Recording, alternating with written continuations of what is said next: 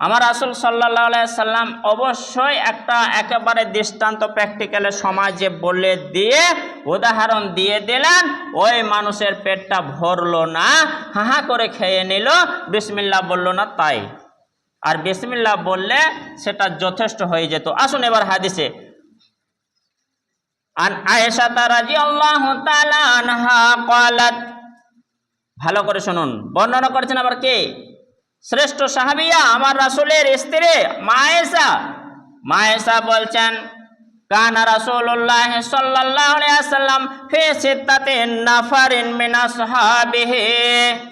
আমার রাসূল কারীম সাল্লাল্লাহু আলাইহি ওয়াসাল্লাম একবার 6 জন সাহাবীকে নিয়ে, আমার রাসূল কারীম সাল্লাল্লাহু আলাইহি ওয়াসাল্লাম একবার 6 জন সাহাবীকে নিয়ে খাবার খাচ্ছিলেন।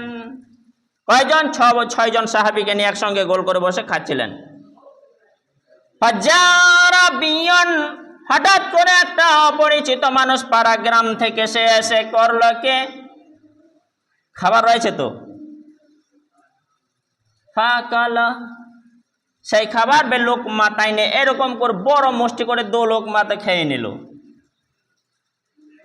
একটু ভাবনা করতে পারছেন? আমার রাসূল 6 জনকে নিয়ে আস্তে আস্তে ভদ্রর সাথে খাচ্ছেন। হঠাৎ করে একটা অপরিচিত মানুষ এসে আমার রাসূল হয়তো অনুমতি দিলেন, খাও বসো, সে 2 লোকমায় 2 মুঠিতে বড় আকারে ধরে হাঁ হাঁ করে 2 বারে খেয়ে নিল। আমার রাসূল সাল্লাল্লাহু আলাইহি ওয়াসাল্লাম এবার কিন্তু শিক্ষা দিলেন। সে কিন্তু আরো চোখ ভরেনি, পেট ভরেনি, আরো পেলে হতো, আরো পেলে হতো, আরো চাই, এরকম তার মনোভাব। আমার রাসূল কারীম সাল্লাল্লাহু আলাইহি ওয়াসাল্লাম বললেন, আমার সাহাবীরা তোমরা জেনে রাখো, লাউ কানা ক্বালা বিসমিল্লাহ, সে যদি এসে বিসমিল্লাহ বলে খাবারটা খেত, ওই ব্যক্তি যদি এসে বিসমিল্লাহ বলে খাবারটা খেত, লাকাফাকুম, তার জন্য সেটাই যথেষ্ট হয়ে যেত। কিন্তু বিসমিল্লাহ বলল না, তাই যথেষ্ট হলো না, পেটটা তার ভরলো না।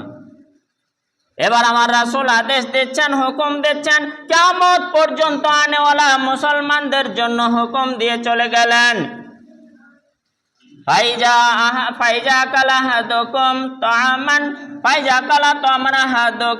তোমাদের মধ্যে যখন কেউ খাবার খাবে, ফালিয়াকুল বিসমিল্লাহ, সে যেন বিসমিল্লাহ বলে খায়। বলবেন না আপনি বাড়িতে গিয়ে বিসমিল্লাহ বলে খাবেন, নচেত কিন্তু অসুবিধা আছে। আমার রাসূল সাল্লাল্লাহু আলাইহি ওয়াসাল্লাম বললেন, যখন তোমাদের মধ্যে কেউ খাবার খাবে, শুরুতেই বলবে কি বিসমিল্লাহ। এবার মনে রাখবেন, শয়তান কিন্তু আছে আপনাকে নেকিটা থেকে বঞ্চিত রাখার জন্য বিসমিল্লাহটা মাঝে মাঝে ভুলিয়ে দেবে, আমাকেও ভুলিয়ে দেয়। তো আপনারা তো অবশ্যই ভুলতে আরো পারেন, আর ভোলাবে। আমার রাসূল বললেন, ফাইন্নাসিয়া ইয়াকুলা তাআমান বিসমিল্লাহ ফি আউয়ালিহি, খাবারের শুরুতে যদি কেউ বিসমিল্লাহটা পড়তে ভুলে যায়, যদি খাবারের শুরুতে খাবার আরম্ভ করার সময় বিসমিল্লাহ বলতে যদি কেউ ভুলে যায়, আমার রাসূল সাল্লাল্লাহু আলাইহি ওয়াসাল্লাম তার জন্য আরো একটা ভিটামিন দিয়ে দিলেন, আরো একটা দোয়া শিখিয়ে দিলেন, ফালিয়াকুল বিসমিল্লাহি আউয়ালিহি ওয়া আখিরিহি। মনে রাখবেন, এটা খেতে খেতে বিসমিল্লাহ বলতে আপনি ভুলে গিয়েছেন, অর্ধেক খাবার শেষ হয়ে গেল, আপনি দেখছেন না এই অর্ধেক হাফ প্লেট আমি খেয়ে নিলাম, এই তো পেট ভরবে না, আর তো খাবার মজুদ নেই। হোটেলেই খাচ্ছেন, 60 টাকার খাবার খেয়ে নিলেন, আরও যদি নিই তাহলে 30 টাকা বিল, 90 টাকা, 100 টাকা, 150 টাকা হয়ে যাবে, তাও পেট ভরবে না। কিন্তু হঠাৎ মনে পড়ে গেল, আমি তো বিসমিল্লাহটা বলিনি, সর্বনাশ করে ফেলেছি, কি করব? তখন আমার রাসূল সেই মোমেন্টেই বললেন, যখনই তোমার মনে পড়বে তুমি বিসমিল্লাহ বলনি প্রথমে, সঙ্গে সঙ্গেই তুমি বলে নাও বিসমিল্লাহি ফি আউয়ালিহি ওয়া আখিরিহি, আমি খাবার শুরুতেই বিসমিল্লাহ, খাবার শেষেও বিসমিল্লাহ, খাবার শুরুতেও বিসমিল্লাহ, খাবার শেষেও বিসমিল্লাহ। এই দোয়াটা যদি পড়ে নেয়, শয়তান কিন্তু আপনার খাবারে আর গ্রাস করতে পারবে না, অংশগ্রহণ করতে পারবে না। এক মুঠো থাকলে সেটাতে বরকত হয়ে যাবে, আপনাকে সম্পূর্ণ খাবারটাতেই পুষিয়ে দেবে। তাহলে মনে রাখতে হবে যে খাবার শুরুতেই আমাকে বিসমিল্লাহ বলতে হবে।